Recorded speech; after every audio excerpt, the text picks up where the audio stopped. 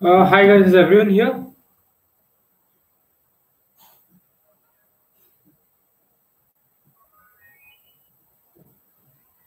Okay, so I think we should start now.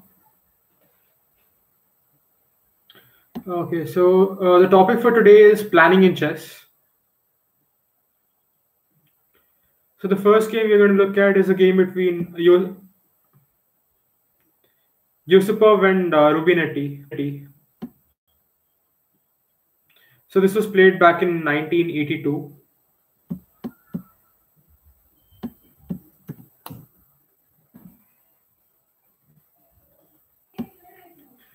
Okay, so the first question I want to ask you is, who do you think is better and why?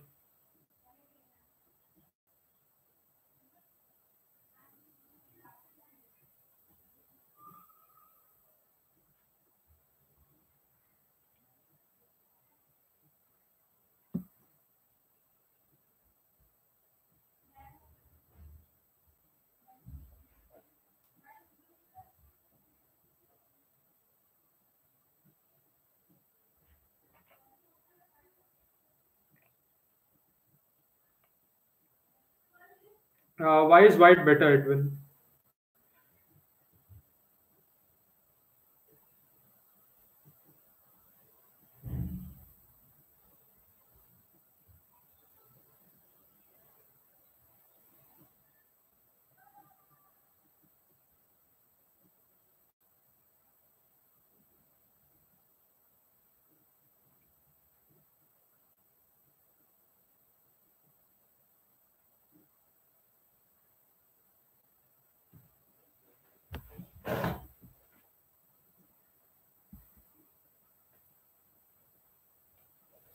Okay, so the one reason I say is because white has all of his pieces developed.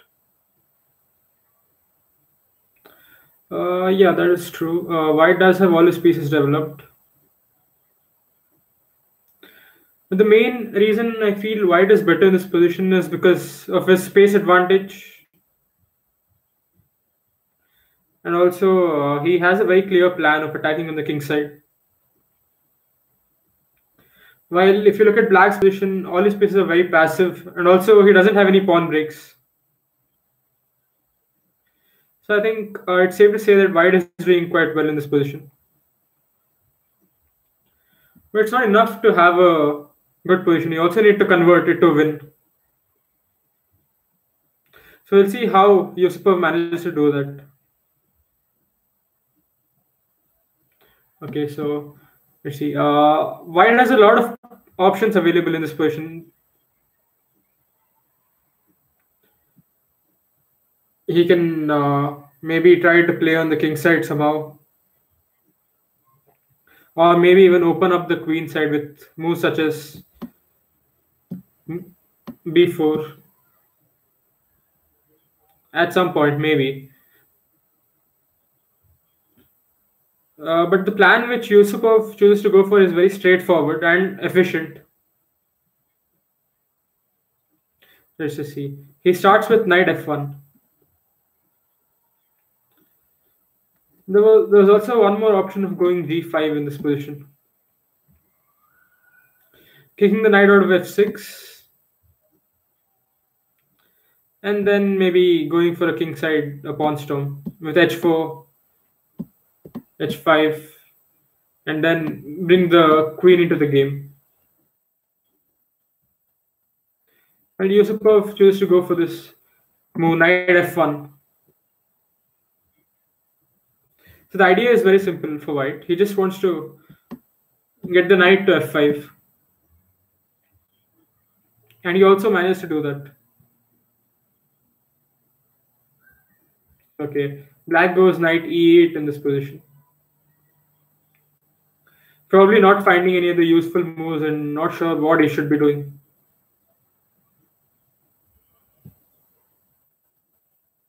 So white just continues normally.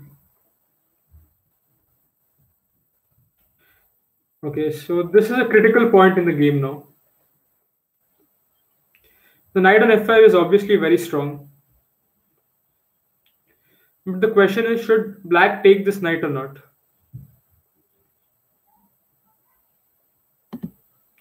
What do you guys think?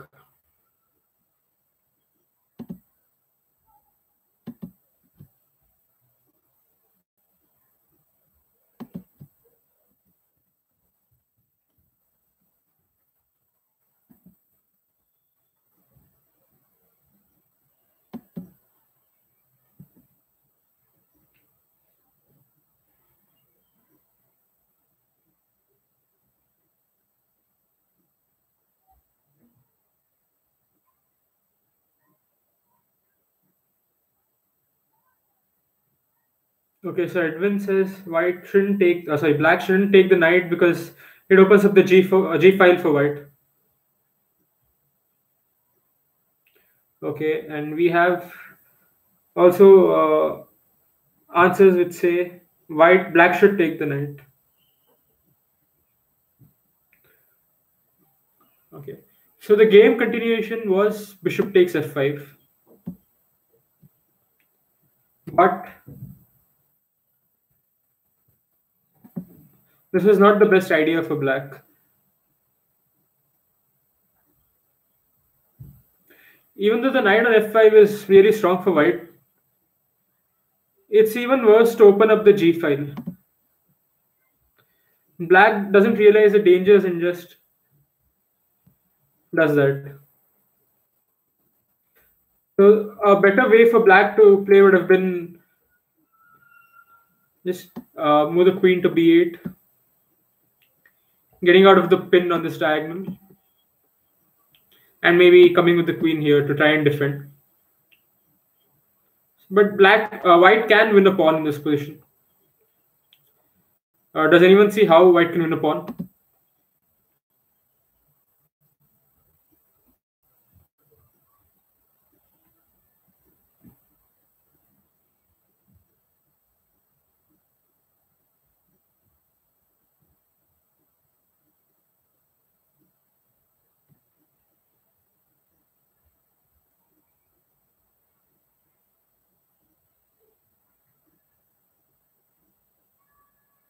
Okay, Edwin says d6. What's the continuation? What if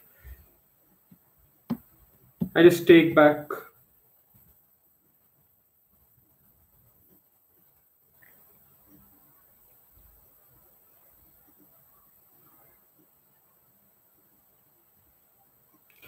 Okay, you mean knight into d6?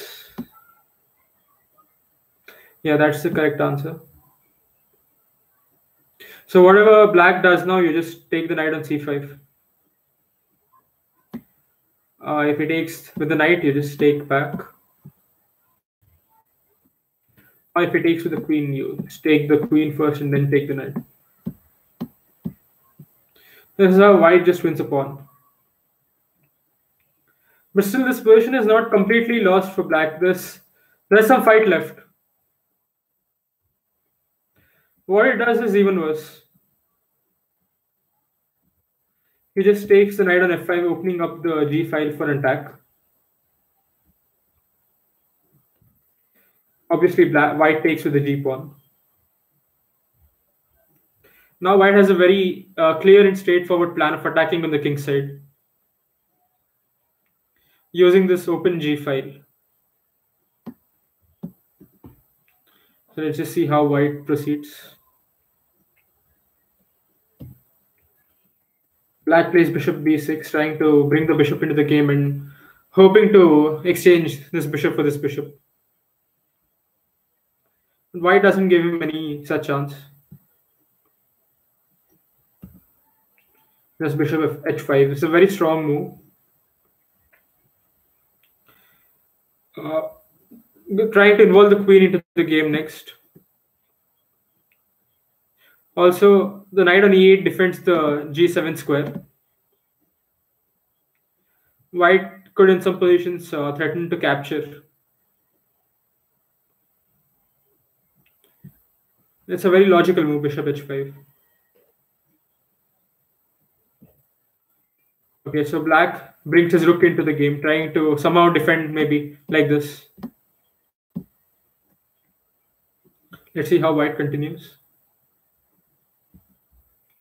White just plays one more very logical move, bishop h6. Now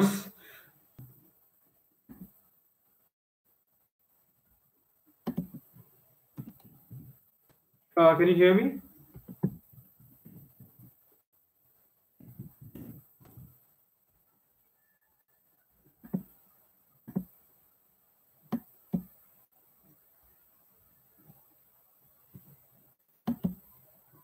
Okay, so as I was saying, White's threat is very simple. If this was White to play, he would just take the bishop on knight on e8 and take the pawn on g7. But there's also one more very interesting move for White. Bishop g6 in this position. So the question is this a good move? And if yes, why? Or is this a bad move for White?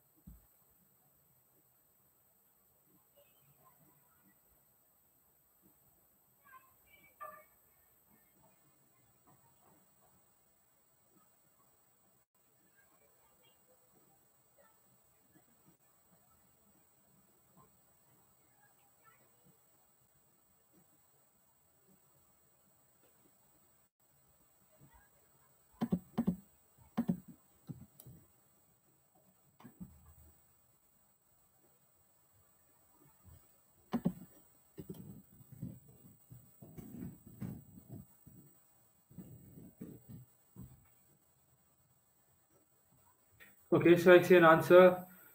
H g6, fg6, and then White just goes queen h5 and queen h7 checkmate. This is obviously White's idea, but does this work? That's the question. Does Black have any defense here?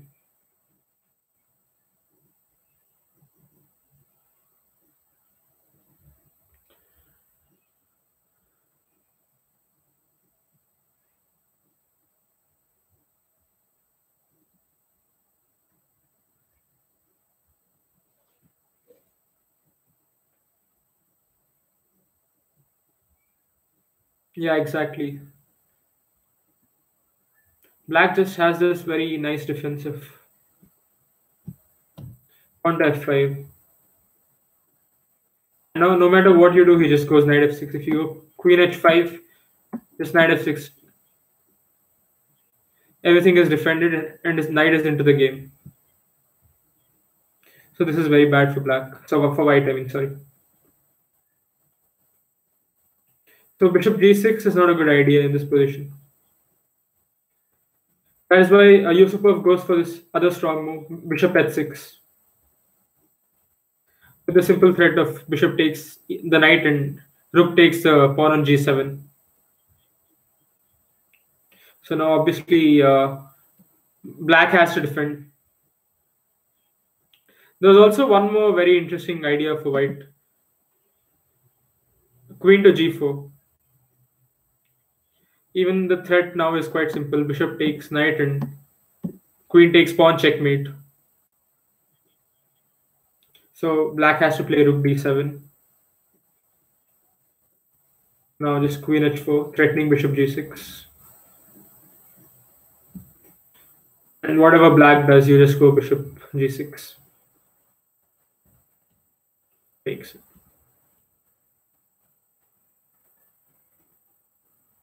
Now can you find a very strong move for white here? Which just wins the game.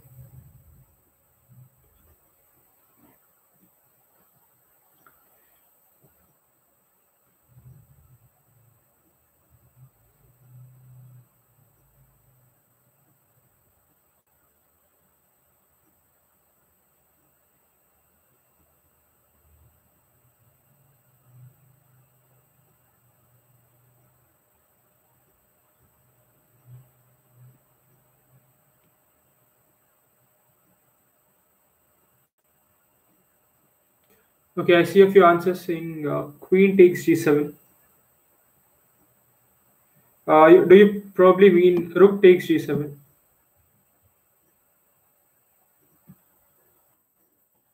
Okay, so I also see bishop h6 and queen h5. All these moves are good for white. I mean, white is still better, but the black king escapes. Even for bishop h5, for example, I think he can escape like this. And even for queen h5 check, he escapes. So this is not crushing for white. I saw two answers which said queen takes g7. I think they meant rook takes g7. And this is actually the way for white to win the game. Knight takes g7, then just play rook g1. And it's going to be mate very soon.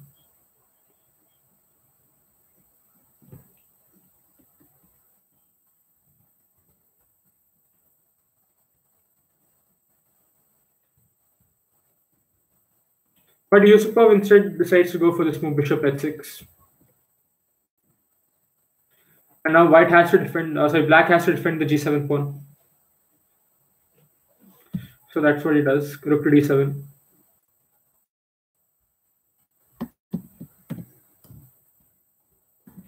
He just removes the defender on e8. And rook takes e8. Now another very strong move. Queen h5, just bringing the queen to the game with tempo, attacking the rook on e8. Black goes queen b8, defending the rook. There's also one more try for black, which was rook f8. Can you see how white wins here?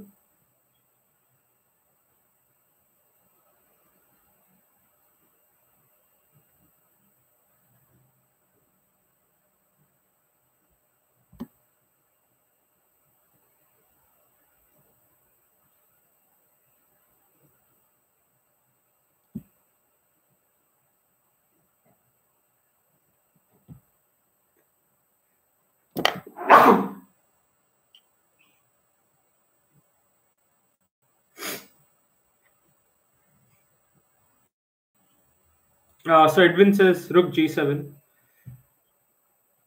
That is correct. Even GR says rook g7.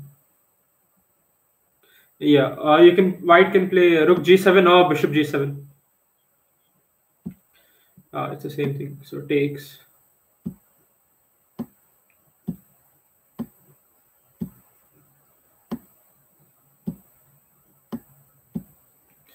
And just queen g4. So there's no way to stop the mate. If he plays rook f7, then just queen g8 mate.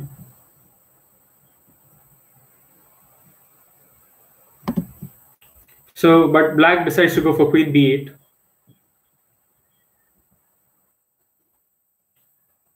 What does white do here?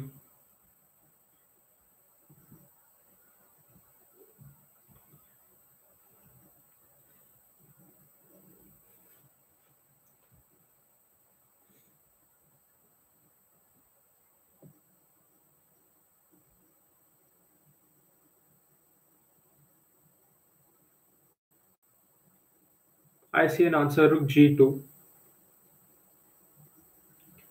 Okay.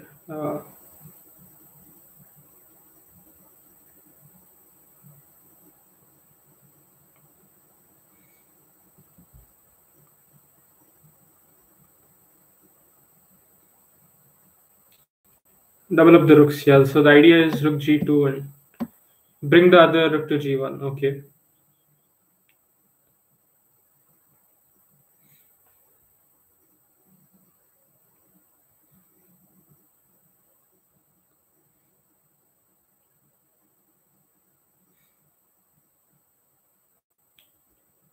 Gia says rook to g3.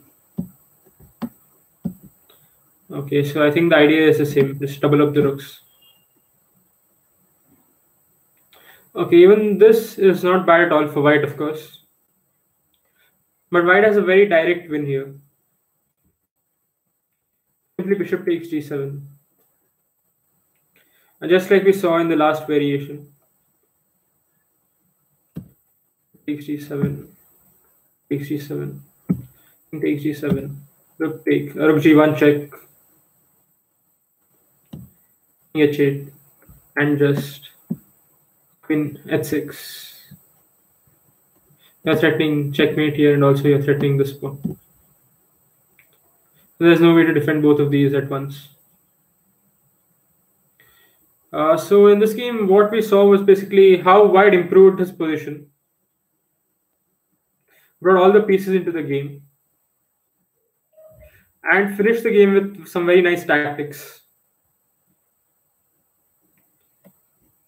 The most crucial point was when white decided to go for this maneuver with knight f1 to g3. And I think the critical moment of this game was when black had the option of either taking the knight or doing something else. He decided to eliminate the very strong piece on f5 and just took the knight. But that gave white an even better position. Because more important than knight on f5 was the open g file, which is what ended up deciding the game. Okay, so now we saw a nice kingside attack by white. So now let's see something for black. Okay, so this next game was also played by Yusupov. His opponent was a very strong player, Mark Taimanov. Position.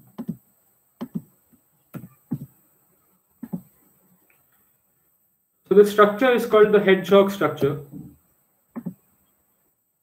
where all his pieces are on the back rank pretty much. His rooks on the 8th rank, the queen on b8, the knight on d7, the bishop on c7 and b7, and his pawns on the 3rd rank, on the 6th rank, I mean. Pawn e6, d6, b6, and a6. So this in this position, it looks like black is very passive. But as Yusupov demonstrates in the game, the pieces come into life very quickly. So, okay, let's see. What do you think black should be doing? What is his plan here?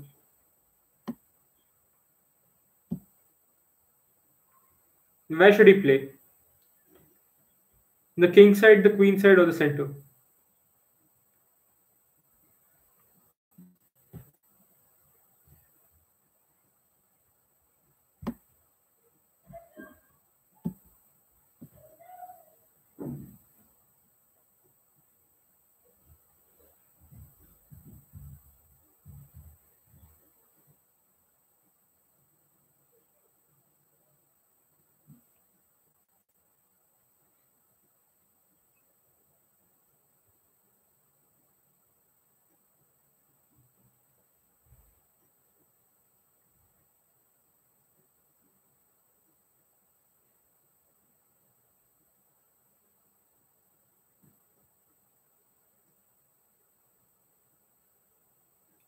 Okay, so one suggestion was h6, g5, king h7, and rook g8. So this is the idea basically. Okay, let's see anything else.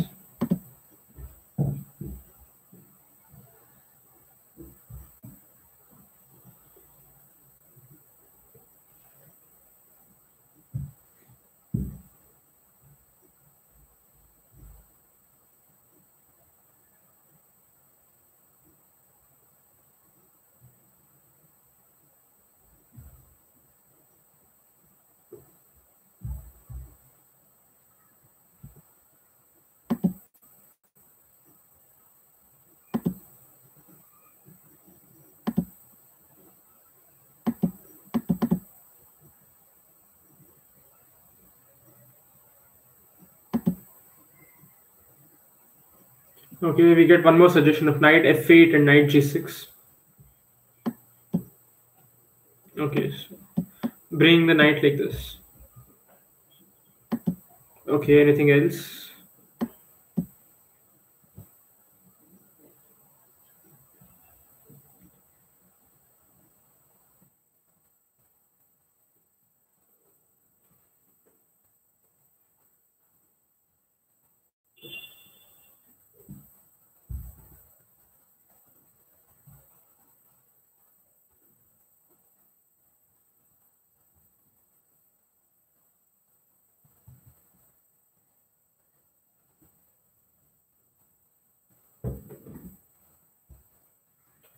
Okay, so what Yusupov did in the game was very strong.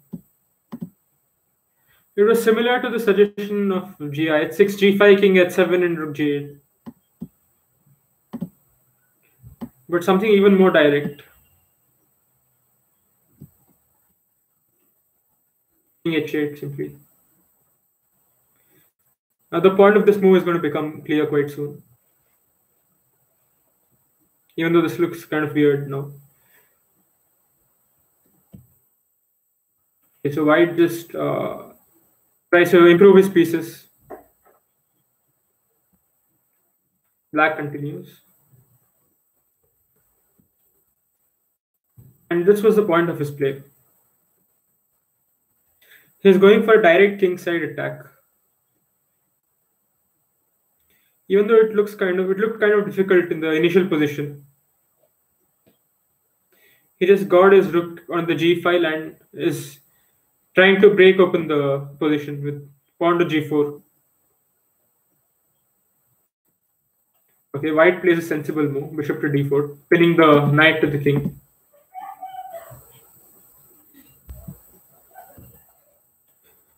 Black just tries to double up the rooks on the g file.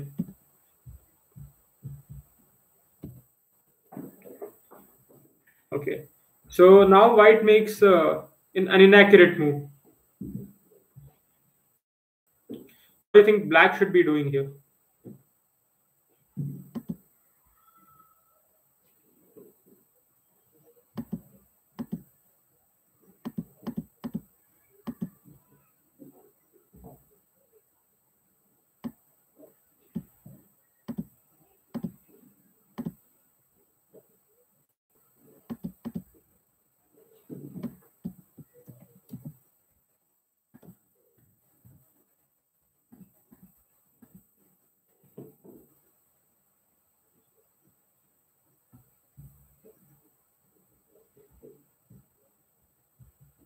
Okay, so rook rook g8. Yeah, that's a sensible move.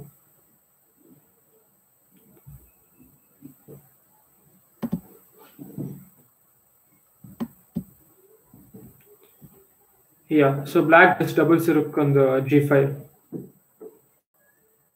with rook to g8. White tries to improve his pieces by bringing the knight to d3. He might be planning an eventual e5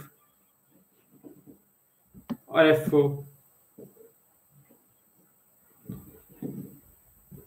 But this is an inaccuracy because the knight on d3 is not really doing that much. And black plays another very strong move, bringing the queen into the game like this. Because the queen on b8 didn't really have any future. Now white just makes a careless move again. He had to play g4 here to stop black from playing g4 himself. The game might have continued h5 and rook h6. And as you can see, black has a very promising attack. He'll just take the pawn next and maybe double on the h file like this. And also at some point, maybe even d5 could be possible. But this was still what white had to do. Instead, he goes for rook e1, and now white doesn't miss any chances. Sorry, black doesn't miss any chances and just goes for g4, because this opportunity of opening up the g file has to be taken now.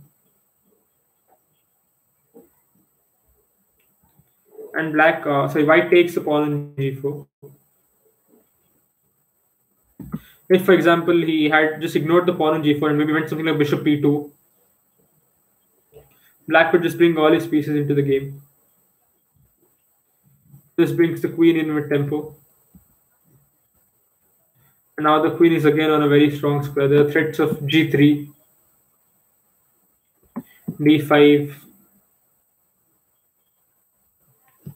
etc.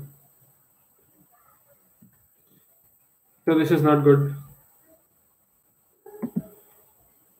Also, one more option for white was to play the pawn to f4. But here again, black has a very direct, strong move. Just g3. Now, of course, you can't take the pawn because of check. You can't even ignore the pawn because I'll play rook h6 anyway. So white has to play h3. Now simply e5. Taking the bishop out. Then there are threats of knight g4 next. Rook h6. And the bishop can even attack this pawn after coming to c8. So this is not that great for white. Instead, he just decides to go for fg4. And now black plays e5, kicking the bishop out before taking the pawn. Because he would like to take the pawn with the knight, not the rook. Since the knight on g4 has some attacking chances. Right now that's impossible because of the pin on this diagonal. And he kicks the bishop out first. And then just takes the pawn.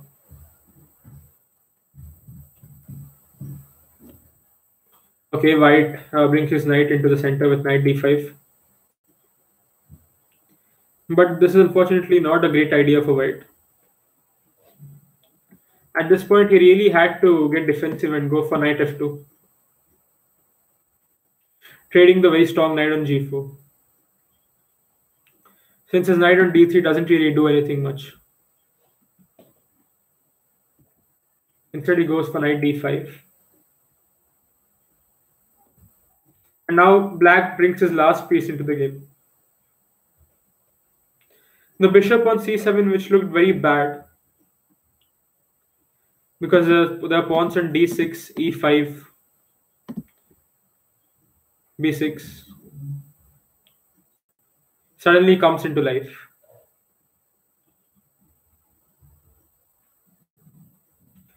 White goes for knight f2. Now he's trying to trade off the knight. Black just pins the knight with bishop h4. And white goes for rook to e2, getting out of the pin.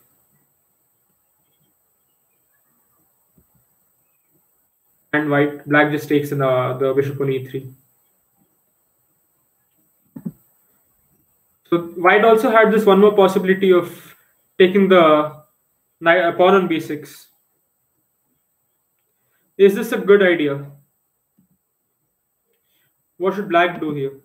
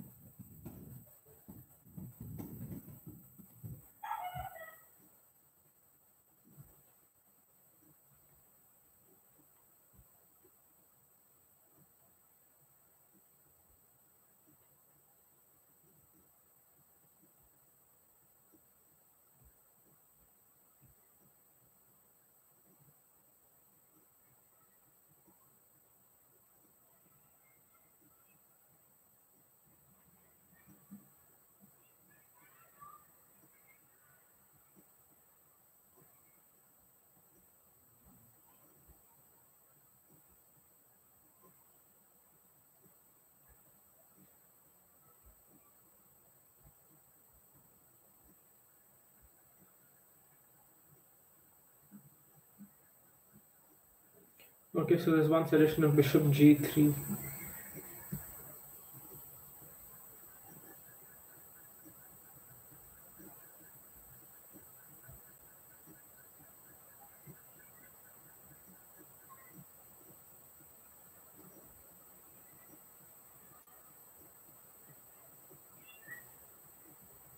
And also there's one more knight takes f2.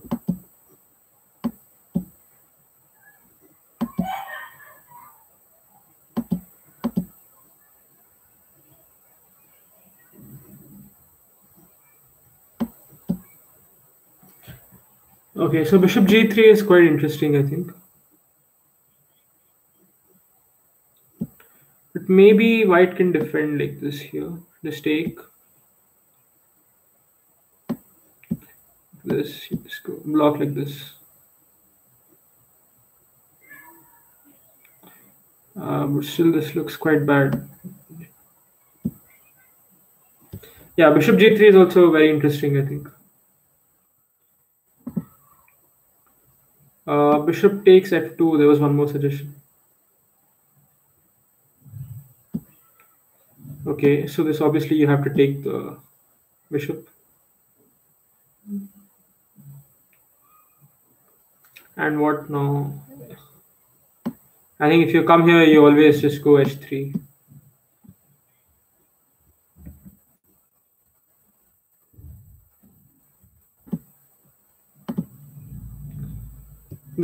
The best way for black to play this position is take. And he has a very strong move here. Knight takes h2. Just breaking everything up.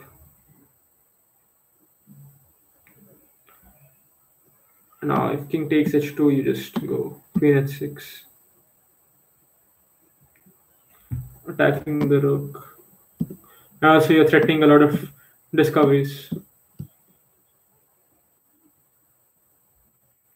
Even queen takes h2 is no good.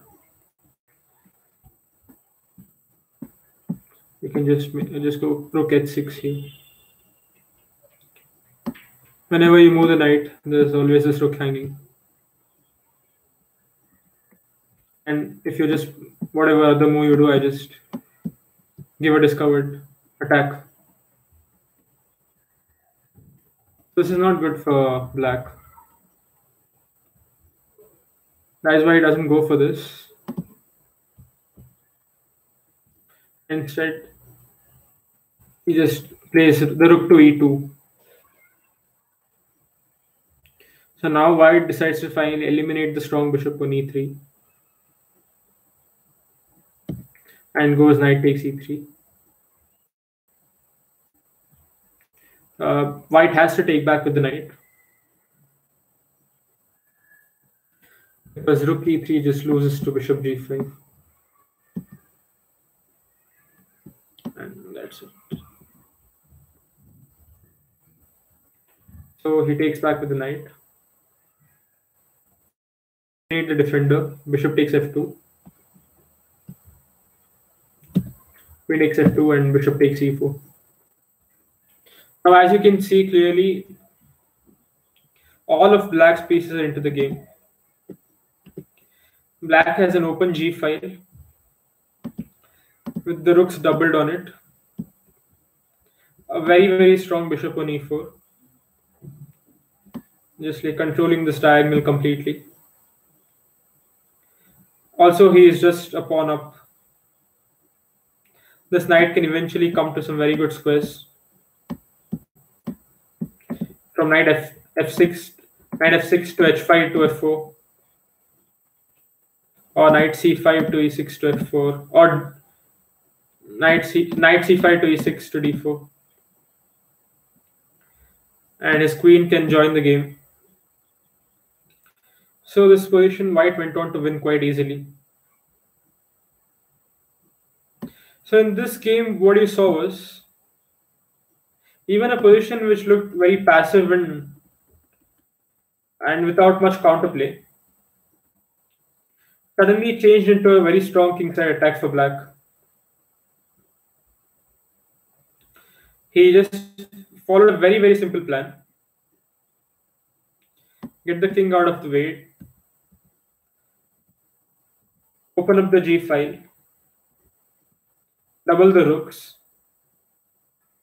And get all your pieces into the game, including the pieces which are passive.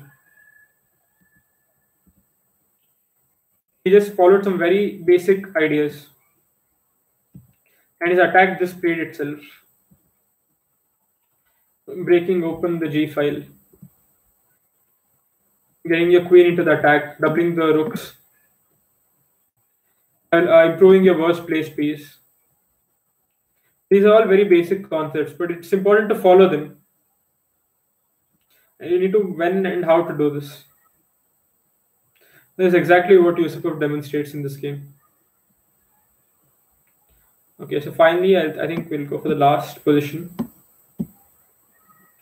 This is a very famous game between Karpov and Unzicker. This is a very famous position in which Karpov played bishop to a7, just completely cutting off Black's counterplay,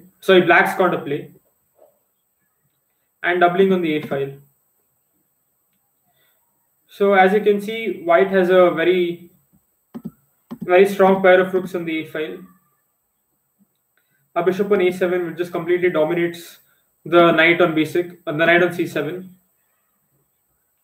Black's knight on d8 doesn't have any good squares. But all this is good. It's important to follow up and convert this into a win.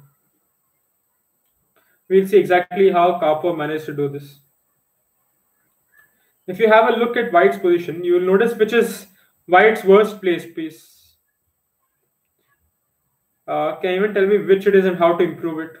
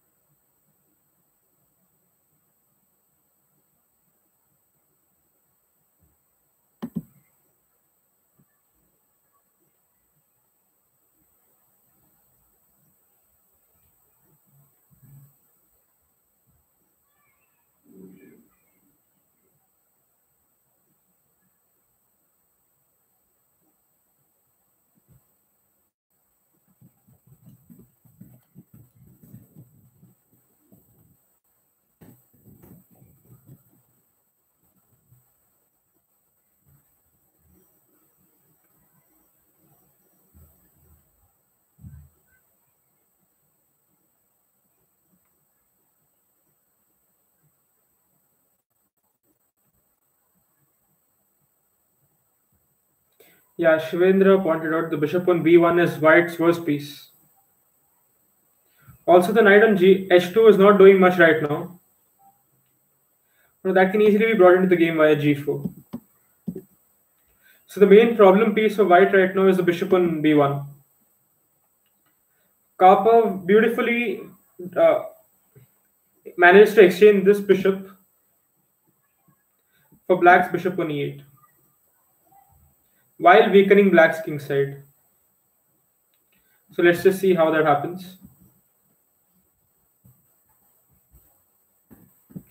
First, he brings the bishop to c2.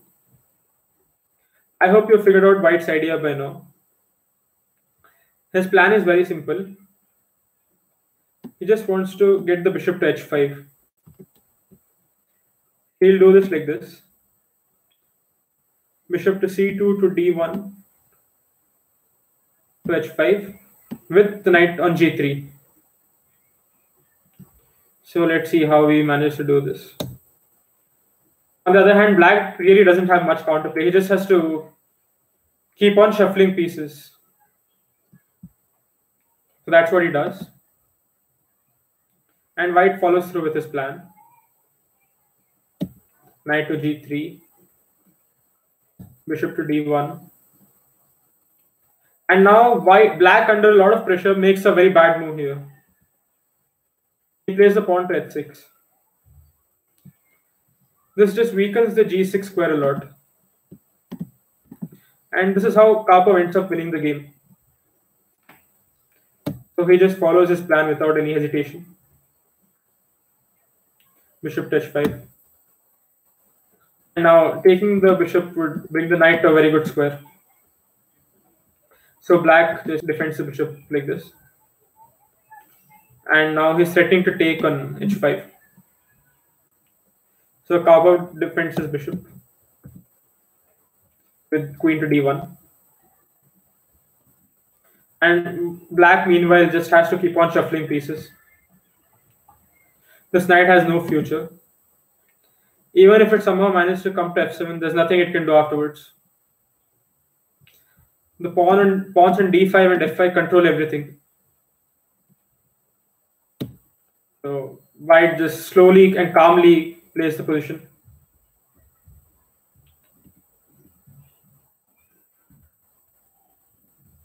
Now finally he brings the knight to g4.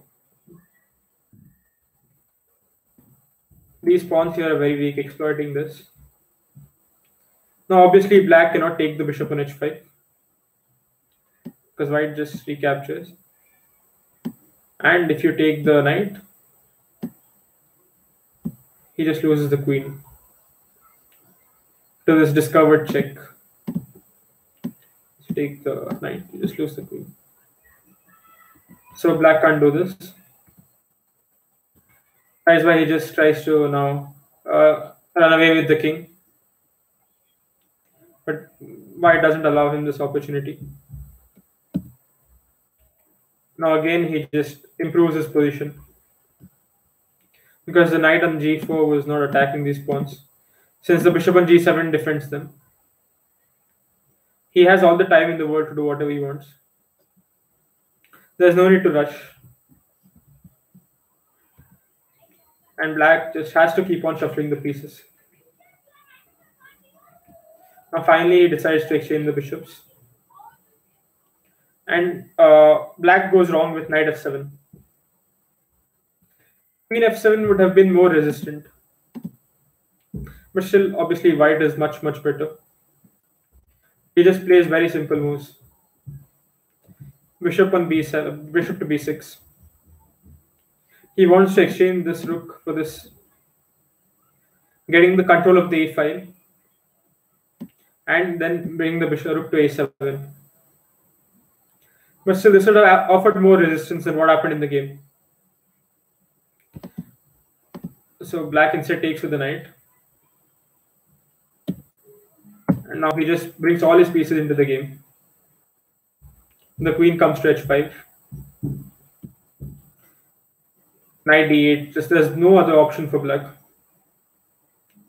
He has to keep on shuffling the pieces. No counterplay at all. White plays one more very, very strong move here. Queen to g6. Yeah, exactly. So the point is, taking this would not be good, because white gets his knight to f5 and also to h5. This would attack the f6 pawn, the h6 pawn, as well as the bishop. Also, the d6 pawn is weak. In some situations, the knight can even come to e7. So queen g6 is a very strong move by white.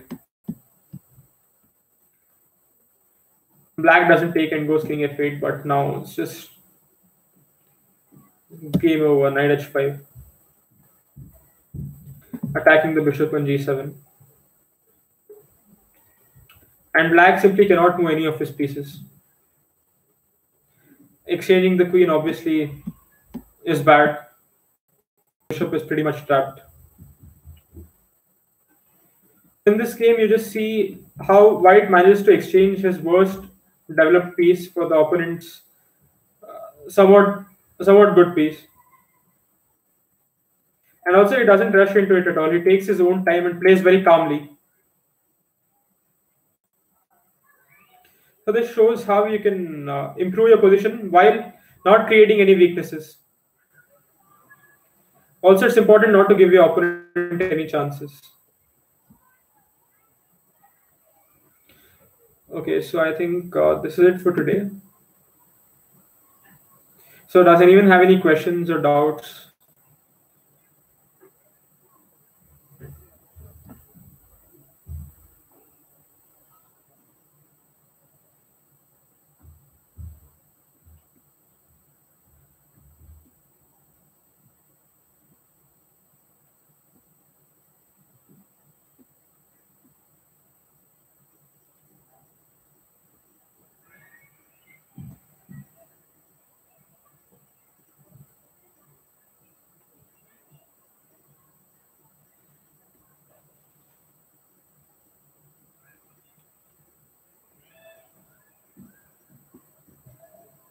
Okay, so it looks like nobody has any problems. So I think this is it for today. Good night, guys. Bye.